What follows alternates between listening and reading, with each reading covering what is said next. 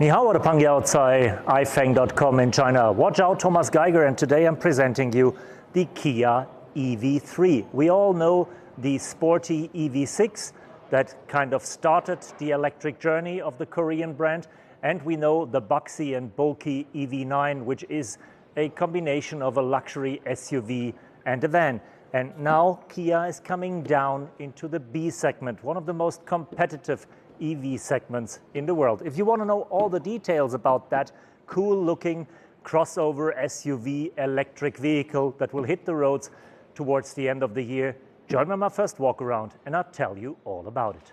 Ever since Kia hired Peter Schreier, the famous Volkswagen and Audi designer, the Koreans became a designer's brand. And even if Mr. Schreier stepped up so far that he doesn't do any actual daily business anymore, the ethos of design as the driver of product is still visible. There is no other EV company emphasizing so much on design like Kia does, and the EV3 is a perfect example. They found their own new design language, and they found a design language that makes this car sticking out of a huge crowd. So we have a very impressive, very proud and very bold face. And most of all, if you look towards the side, we have lots of rectangular angles, lots of straight lines, lots of upright feeling. The car is really boxy, really strong and really powerful.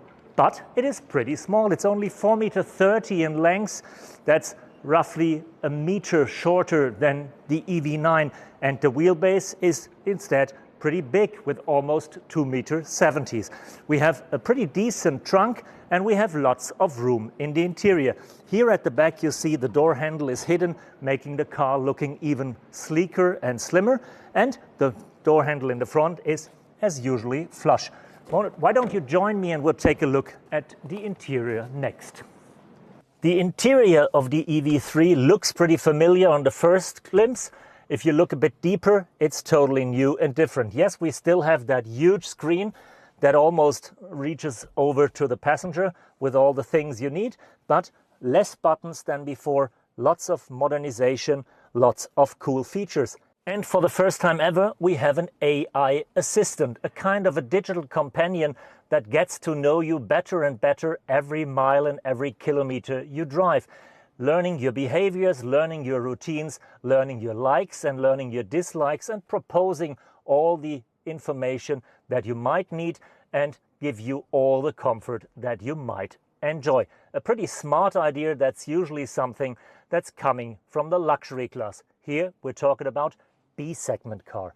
Another feature that you didn't expect in a B-segment car is a full-color head-up display, which is nicely hidden in the dashboard.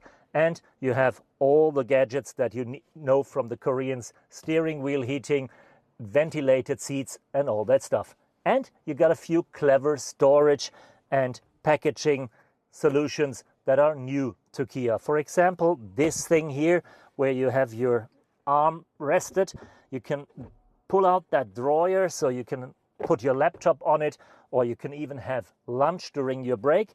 And once you need the space to cuddle with your co-driver, you can just put it back into the slider. There's lots of storing capacity in the doors, in the center control, in the glove box. It is a very versatile car, not only in the luxury class as we know it from EV9. No, Kia has transported and translated a lot of these smart ideas down into the B segment. Yes, it's all about packaging, all about clever features, but at the end it is a car and it needs to drive. So we have to talk a bit about technology.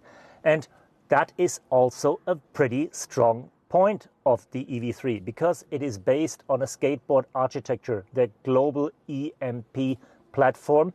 Not a conversion like the electric Nero. No, it's a dedicated EV with an architecture capable of 800 volts, capable of bi-directional charging. So yes, you have vehicle to load and you can charge your e-bike, you can power your electric barbecue, you can light up the party at the lake, and you can drive pretty far. The battery has more than 80 kilowatt hours, giving you a range of more than 500 kilometers. At the moment, Kia is estimating a 560 WLTP range. They're not talking about drivetrains right now. The only thing is there will be a one-motor version with front-wheel drive and a all-wheel drive version with 2 motors. So getting up to more than 400, maybe even 500 PS in the sporty version.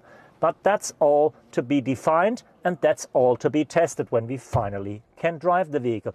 So if you want to know a bit more, stay tuned. You'll hear it first on this channel.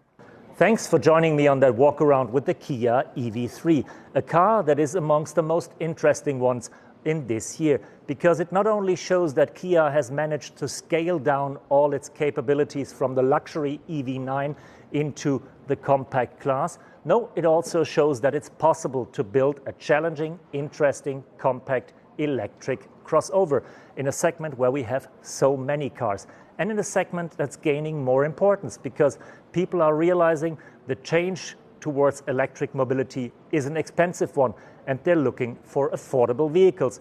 And affordableness, that is one of the main targets. People are talking about 30,000 euros as their limit. And the closer Kia can get to this price, the more success this vehicle will have. And that's not the end of the line. They're already working on an EV2, a little smaller, a little shorter, a little smaller battery, and an even cheaper price. Talks are it's a 2 at the first figure, so we're talking about an EV to come way below 30,000 euros. All the details coming up next. Stay tuned. Thank you, Shishye, Saitian, and goodbye.